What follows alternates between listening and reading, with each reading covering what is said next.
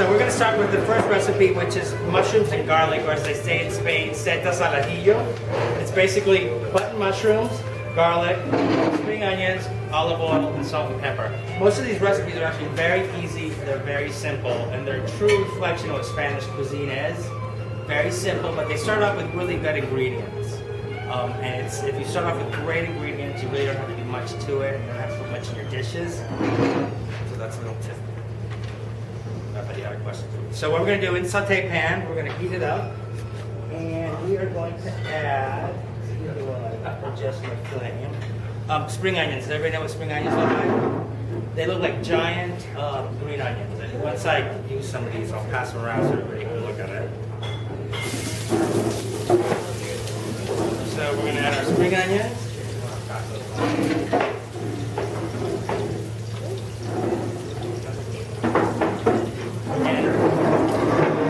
Spaniards love their garlic. So in a lot of these dishes they use a lot of garlic. So make sure you have a toothbrush handy after you eat these. There's some mouthwash. So what we're doing here is just lightly sauteing the garlic and the spring onions. You want to be careful not to burn the garlic. There's nothing worse than the taste of burnt garlic. So you let this go for about 30 seconds. We're going to add the mushrooms. I think it's falling on my head.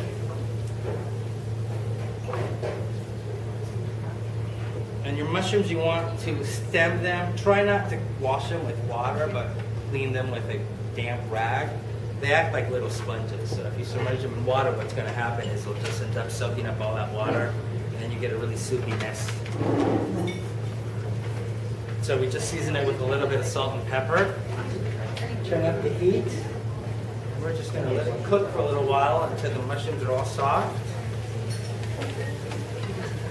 And here in a second, I'm going to start passing these around for everybody to taste. Anybody have any questions so far? I know it's pretty simple. Linda, questions? Are you sure? Because I know you're dying to ask questions. Jeffrey's got it right there. And they're actually spring onions, not green onions. Spring onions. Get it right there. I have a question. Yeah, it looks just like a green onion, but it's a little bit bigger. It's like a green onion on steroids. Like a green onion on steroids. How did you clean your mushrooms? Greg? Yes, sir.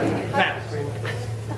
I really have a question. How do you clean your mushrooms? How did you say? What I do is with a damp rag. Oh. Just kind of wipe them down. If you submerge them in water, they'll just start soaking up all the water, and they're just like little gross, dirty sponges. That's what I thought you said. Has anybody been to Spain? Anybody? Anybody? Yeah. What'd you guys think of it? What part? Barcelona? Have you been to Madrid? I have. Madrid, Costa del Sol, San Marino. Oh, you've been more places than I have. Malaga. Jealous. What'd you think of the food? And all very simple too. It's simple cooked. Yep. Anybody else? Where did you guys go? Madrid and Seville. Oh, nice. Were you there for the Feria de Sevilla? Next time. Absolutely. Good. So you just want to keep moving these around. My bad. You want to just make sure that the garlic and the green onions do not burn. As I said, I'm sure we've all tasted burnt garlic before. Not very appetizing.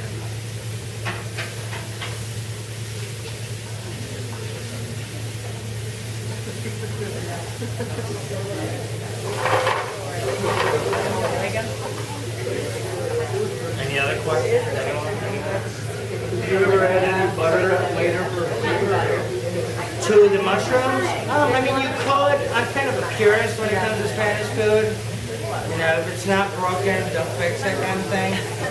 They're so big on olive oil, and their olive oil is so amazing. I mean, you could.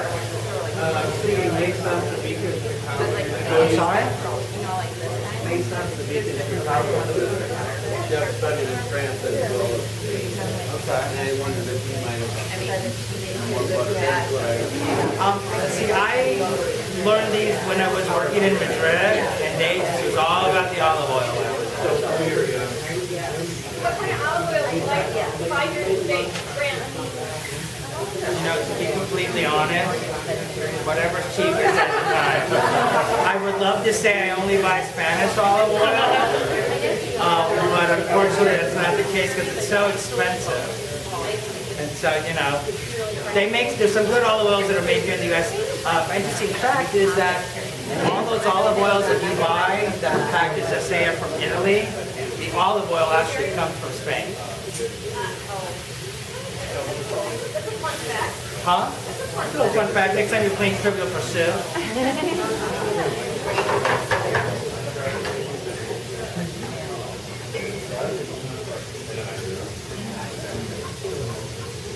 Okay, and that's it. It's very simple. It shouldn't take you more than 10-15 minutes to make. You guys ready to try it? Yeah.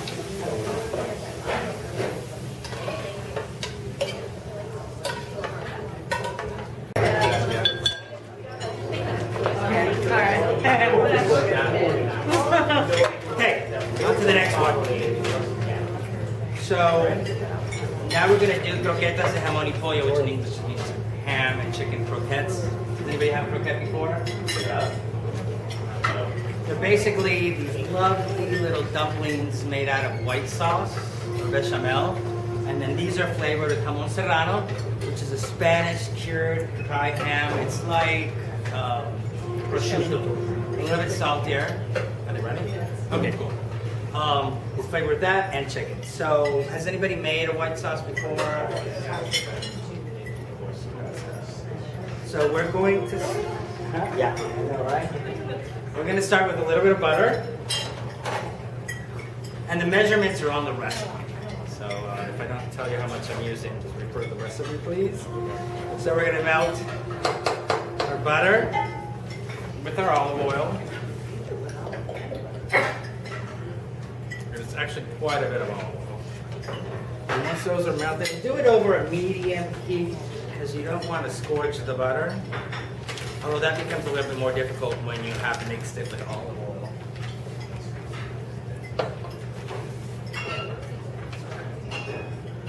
I'm gonna throw something at this table. That's actually my roommate, by the way, so it's not like some random stranger that I'm giving crap to. So once you've melted your butter, you're gonna go ahead and add your flour. And quickly, you're gonna mix it in. Make sure you're constantly stirring it because if not, what will happen is you will end up burning the flour, and it burns fairly easily. Do I what? I said, do you cook frequently then? Always eat wonderful meals. That's right. Good answer. All lies get free PR. Did you say all lies? Wrong. So once you've added your flour to your olive oil and butter mixture, you're going to combine half a cup of milk and a cup and a half of milk and half a cup of chicken stock. And make sure you really stir that vigorously. You want to make sure you don't have any lumps. And this is basically the start of what is called a bechamel or white sauce. It's really big in Spain, Italy, and France. And I believe it actually came to France from Italy and then migrated. So if you have any Italians here, we want to thank you for inventing the white sauce. You got it. So was there chicken stock in the... There was chicken stock. I mixed my chicken stock and my milk together. Oh, okay. And you want to just add it all at once. And is it suitable for like canned? You have to boil the chicken. No, you can use chicken stock, Swanson chicken stock. That is fine. If you have a chicken laying around the house and you got nothing to do, you can always make your chicken stock. I'm sure Kathy makes her own chicken stock. Correct. There you go. So You can do that with a spatula, not a whisk, and it doesn't lump. Good for you. years of practice. So just make sure you keep stirring it, just so it doesn't burn. And I'm going to go ahead and pass this out around so you guys can see what the finished product is going to look like. We're going to add the chicken. We're going to add the ham, pepper, salt, and grated nutmeg. And whenever possible, always use whole nutmeg and grate it. That stuff that you get at the store, God only knows how long it's been on the shelf. Probably tastes like sawdust.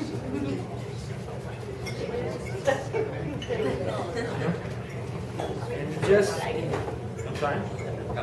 Did you use white meat or dark meat? I use white meat because that's what I like. You feel free to use thigh meat.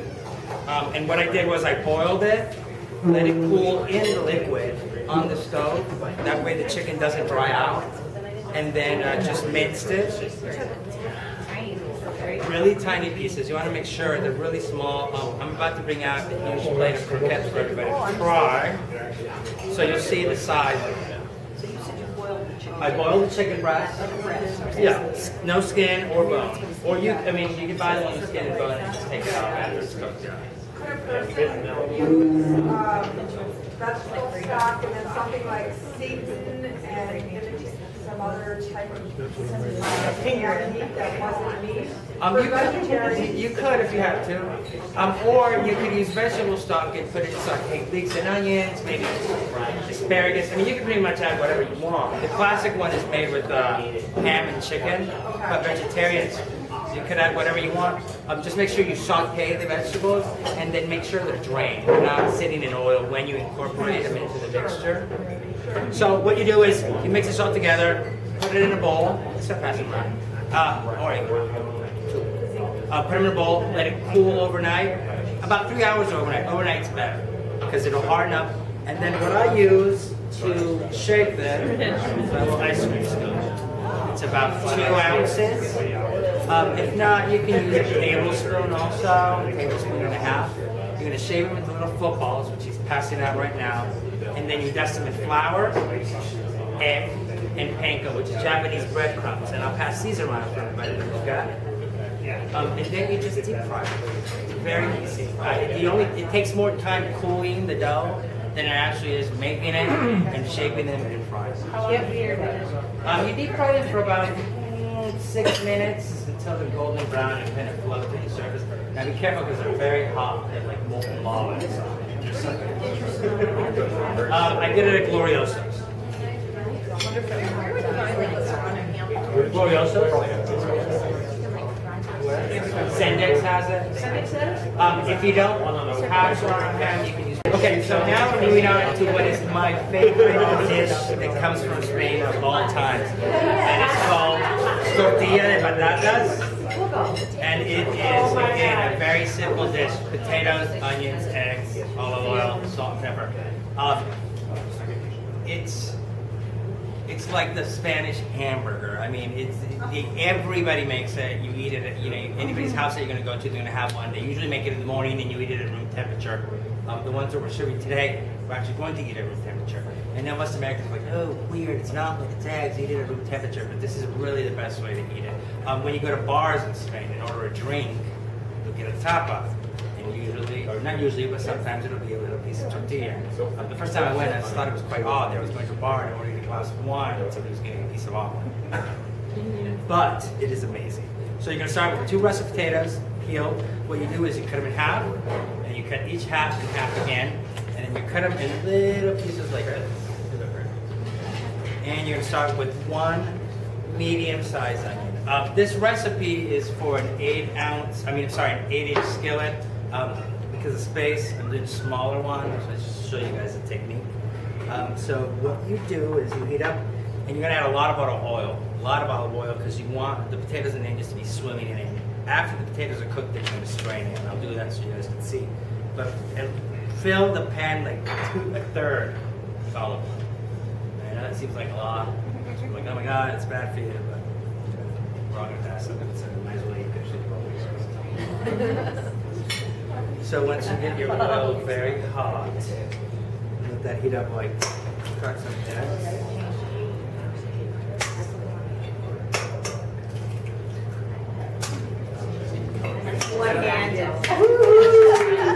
And a russet potato is your standard potato. Yes, sorry. Would you like to tell the story about the russet potato? When he sends me to the store to buy a russet potato, and I'm looking all around, I don't see any signs for a russet potato. So I It's your asked standard baked what potato. a russet potato. You can actually Not what like the potatoes are there. use any kind of potato. I like to use russets because of the starch, and I feel like it gives us more of a creamy texture.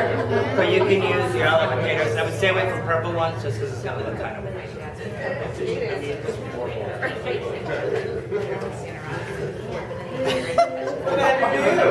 Oh, I thought it was good. So what we're going to do is we're going to get the oil really hot. Potatoes.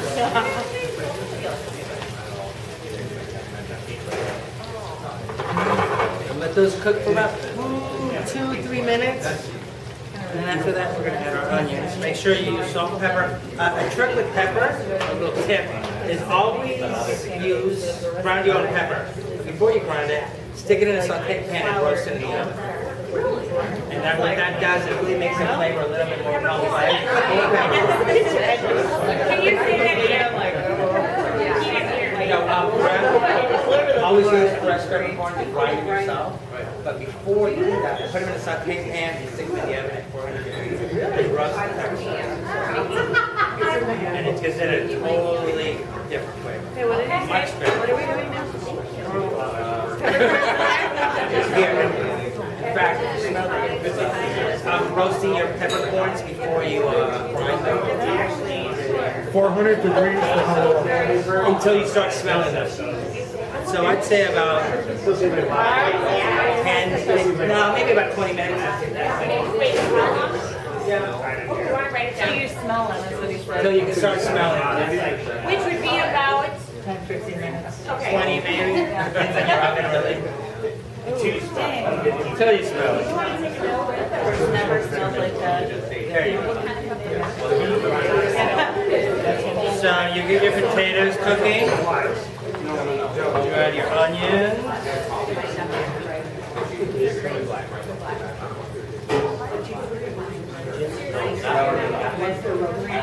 Let those cook. And so I know the recipe says till they're soft, or it's going to be about 10-15 minutes also. You don't want it to be falling apart. You're not making mashed potatoes, but you also want to make sure that they're cooked all the way through, so when you're eating it off, that they're not crunchy.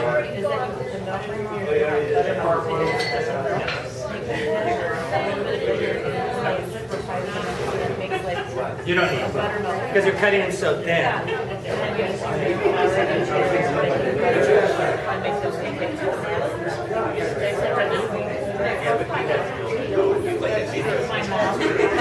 got bad skills, lady.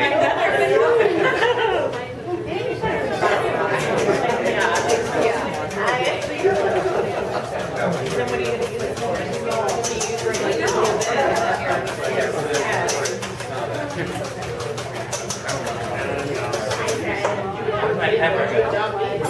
Make it around. My pepper gets around.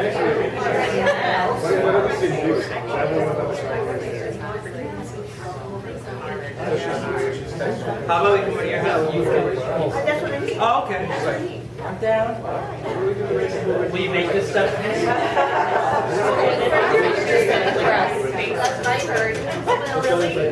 Linda's cooking for everybody after the class tonight.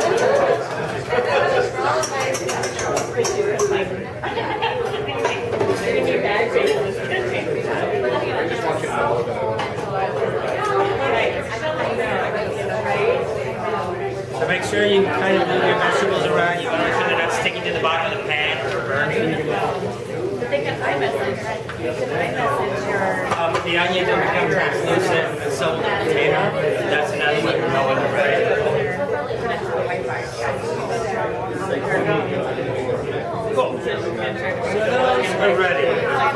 So this is the tricky part. What you want to do is... I know, but you're never gonna die. Strain them? Strain them. Yeah. It's just a slatted stone, but he's straining it. Yeah, I'm straining them, and I'll just throw the oil back in. They try to get me to get you on the Wait. Put the oil back in.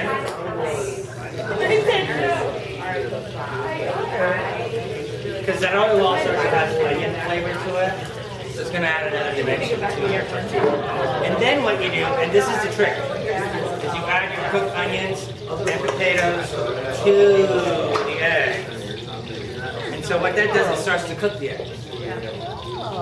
And it took me, I mean, I made hundreds of tortillas before I learned it. I could never get them right. The center was always white. And a friend of mine who's from Spain, his father came to visit, and he asked me, he's like, do you know how to make tortilla? And I'm like, of course I know how to make tortilla. What are you talking about? And so he said, let's have a tortilla. And clearly kicked my rear because it's much better. This is why. So you just kind of leave it in the bowl until you stir it. Now this isn't something that you want to do and then go watch a soap opera or update your Facebook status, or you want to cook it through because, you know, if you leave the eggs with the warm stuff in it, then somebody's going to get sick of your house. I don't recommend it. So you'll start to see little bits of pieces of eggs in your cooked eggs. I'm sorry, in the bowl.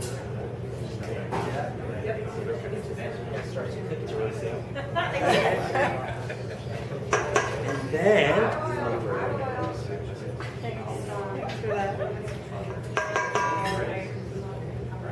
you just add everything back to the pan.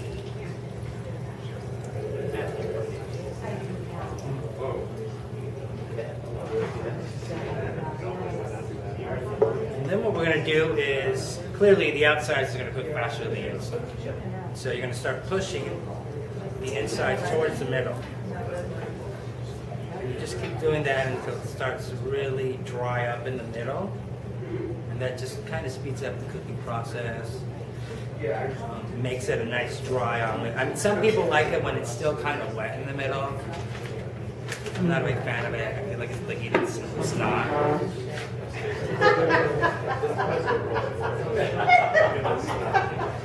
Well, it is.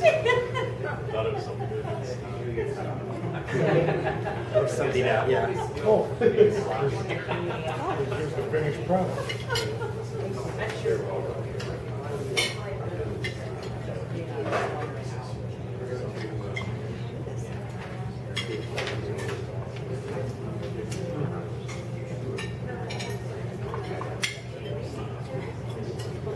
So as you guys can see, you start to get these chunks of cooked egg in the middle. You know, an easy way to do this is to use a Teflon pan. I know we're not supposed to. I don't really like using it at work. I have one at home that I use when I make the tortillas, just because it makes it more easier. And I know it's bad for you. It's kind of like if you're using organic ingredients, then you're cooking it in a Teflon pan. So we're gonna let this cook for a little bit. This is the part where you go to update your Facebook status, right? This is the part where you can go update your Facebook status because it's gotta cook for a while. Or if you're Gregory, pick up pictures. Of course. 10 minutes from now, I will be serving a tortilla. Oh, wait, let me get on that. Hold on a second. I haven't taken any pictures. Right. I'm gonna have an extra one if we don't have enough of it.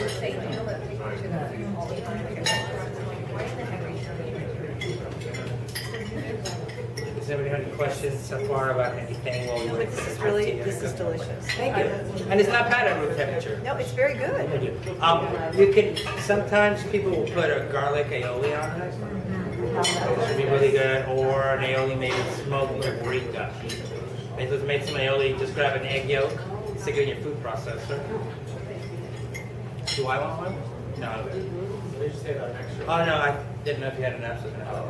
So you stick your egg yolk in your food processor, add garlic, a lot of garlic. Like I like mine to just like punch me in the face. Some smoked Spanish paprika, and then slowly start drizzling the olive oil in the machine while it's running. And it should emulsify, and then put a little bit on it.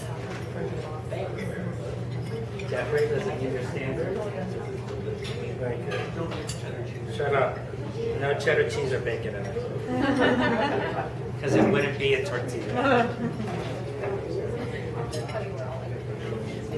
So I'm going to show you guys how to flip it over, but I'm going to let it cook for a little bit. Yeah. In Venezuela, do they use much spice like Serrano? Not really. We use a lot of...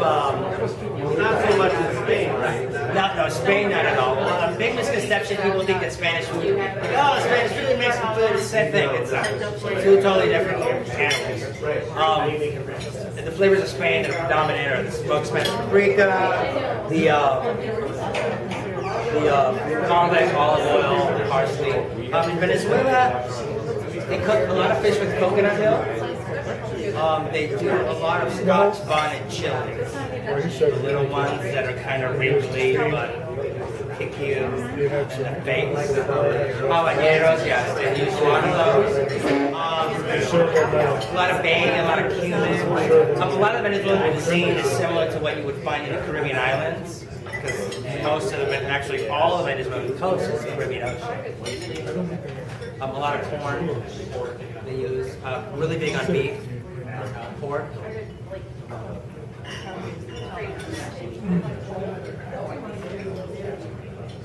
What?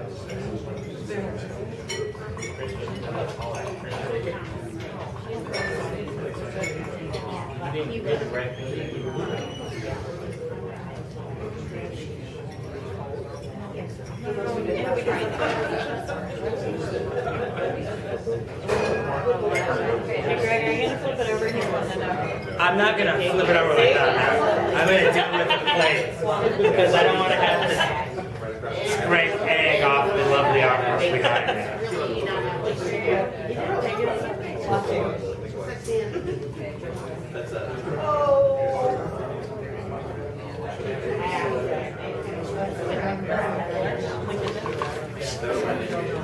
What?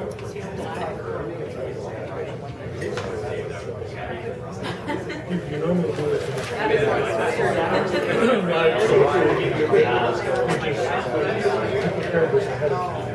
He's just showing technique here.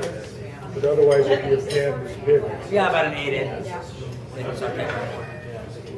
no bigger than the plate, you're gonna turn it over. No bigger than the plate, you're gonna flip it on.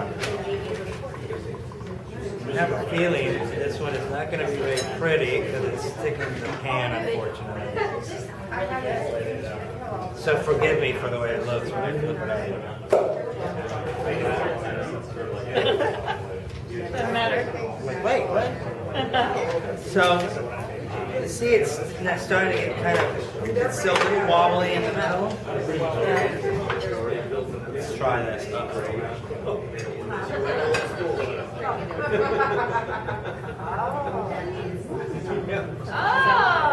There you go. So then what you do is you turn it to the pan. Oh, like that? Oh, you did that on the other You want to do side. this? I was asking. No.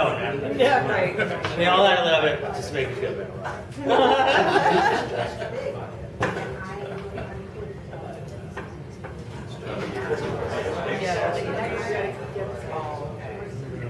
Good idea.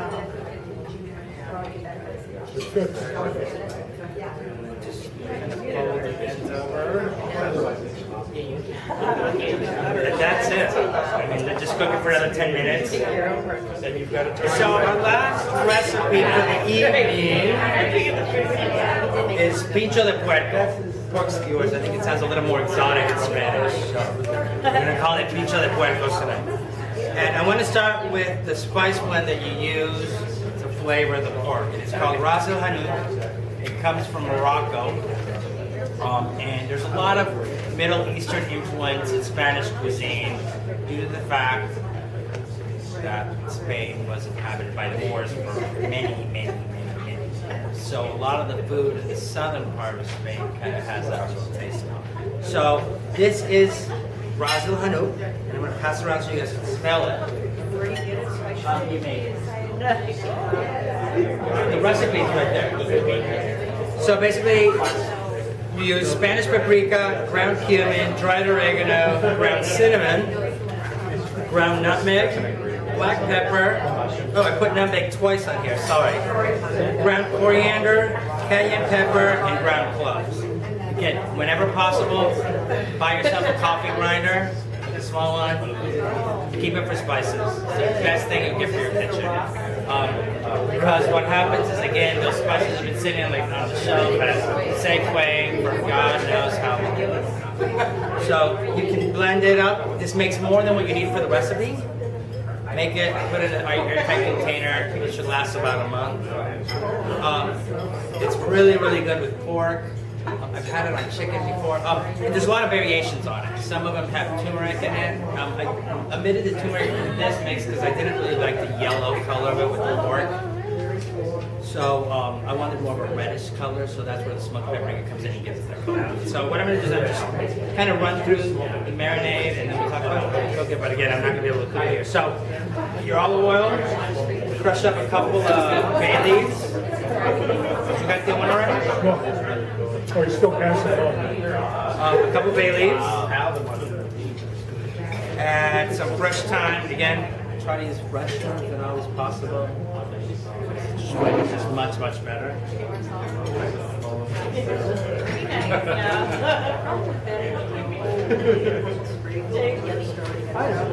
But it lasts a while. You keep it in your crisper. Or Linda, that, or you can't. Or throw them in your backyard.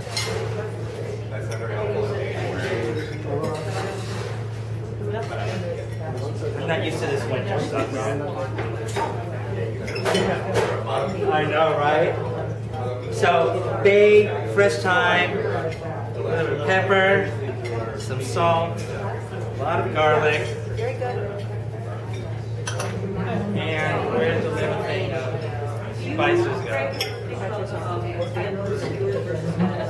I don't really care. I mean, I prefer bamboo, actually, but it's just an aesthetic thing, I think. Where did my little jar of spices? Oh, I just need a little. I just need a little. I have I mean, I need a little jar, but you can take the rest. Yes, sir. Pork tenderloins, or I give it a different No, I mean, I don't know if I use pork tenderloins to make the skewers, but you could, any kind of pork chops, anything like that. Just let it marinate and then cook it how you normally would. Traditionally, it's made into a skewer, but any kind of pork would work. Yes. Do you need one teaspoon of ground nutmeg? No, I saw that. Unfortunately, that's the same thing I just put on that one. So you just need that once. Okay. So then, Just buttered shoulder. That's your recommendation. I'm using butter shoulder, cut up. Does it not say? It's just butt or. I'm using pork butt, but either butt or shoulder will work.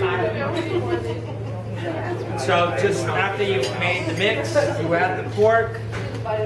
Let it sit for about 3 hours overnight. These I marinated overnight, and then put it on a skewer and throw on the grill. Really good. Can you talk Thank about you. different pork cuts and what difference makes if you take it like a pork chop or something like that? How specific are the pork cuts to making this taste great? You can use, as long as it's pork, you can use any cut. Any cut. Any cut. Just cook it appropriately, like with a tenderloin, the tenderloin that you normally would. I wouldn't use this on beef, and I wouldn't use it on chicken. Okay. Just because of the flavors, I don't think go very well. It would really overpower chicken. Yes. You cook them how long? I'm sorry. How long did you grill them? We cook these in the back today, I think about 6-7 minutes each. Yani shop. If you're cooking, and we cooked it on what's called a plancha, which is a flat top. If you're cooking it on an open grill, I do a little bit longer. You also want to make sure pork is cooked all the way through. You don't want to give anybody trichinosis. And that's it. Any questions? Very good. Thank you.